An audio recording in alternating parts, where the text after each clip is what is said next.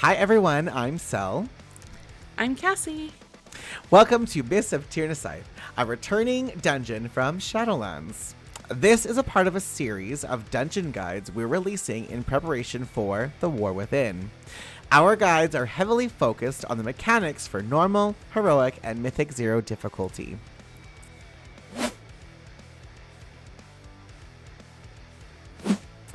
The first boss is Ingra Malok, who soul shackles our friend Drolman Ulfron. As a tank, you've got a couple of things going on here. First, you want to make sure that you're interrupting the spirit bolts as often as possible.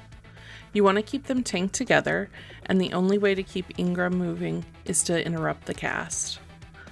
While he's got the tree controlled, you want to make sure that you're avoiding the blue puddles on the ground, and try and aim that frontal as best you can away from the group.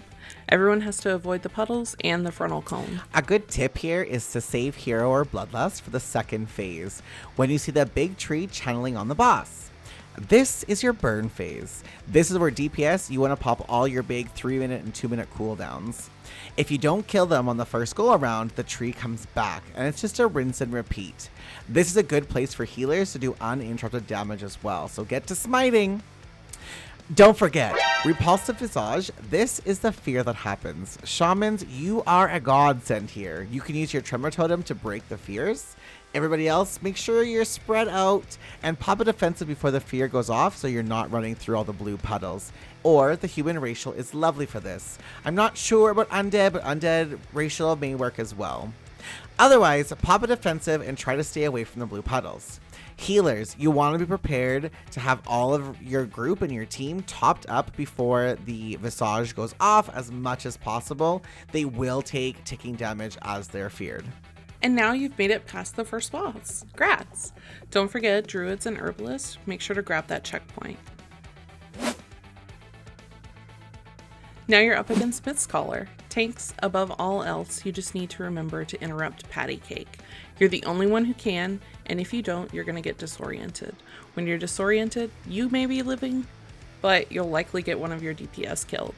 Myth's Caller will actually just attack the person with the highest threat once you're disoriented. I'll go over some tank movement tips and tricks, but if you can only do one thing, focus on your defensives and interrupting Patty Cake. Throughout the fight, a Vulpin will spawn. If this Vulpin hits you, you turn into an ice block and will likely die. If you get hit by the blue arrow from the boss, you're probably dead. Everyone has to make sure they are not standing in the blue lines pointed from the boss, or you're going to take a lot of damage. And remember when I was talking about the movement? These blue lines are actually going to appear where each player was previously standing, so make sure that you keep moving. When the boss summons 4 mirror images of itself, similar to the maze, you need to figure out which one doesn't belong and DPS that one down. So another tank movement trick. All of these mechanics are still happening during this phase, but ideally you want to tank Myth's Caller over to whichever mirror image you need to DPS down.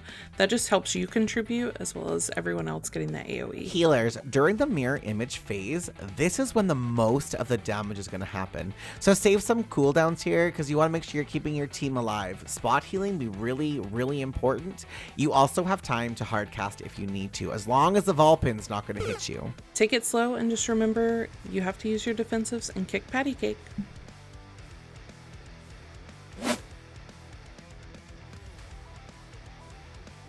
Final boss time, Tredova, or as I like to call her, Turdova. Right off the bat, make sure that you pop Hero. Tanks and DPS, you're going to want to interrupt Parasitic Pacification. There are also those green circles that spawn under your feet. Make sure that you're not standing in them. Healers, there's a lot of damage that goes out during the green and white swirl phases. Try to save your instant cast for this spot, as mobility makes it harder to hard cast your spells. You don't want to move too far though. Just kind of move directly to the left, above, below, whichever way you want to go. But the faster you move, the further they're going to grow. This mechanic also is memorized. The boss will continue to do this over and over. The longer it stays alive, the more of these green swirlies you're going to get. Also, make sure to avoid the white circles on the ground as well. Throughout the fight, a random player will also get targeted with a tether to the group. To break this tether, you need to run away from other players until it snaps. Please pay attention. You might be that player. This can also be in melee or on your tank. No pressure, just avoid the green, the white, but also don't move too much. Thank you so much for watching. We hope you enjoyed our dungeon guide.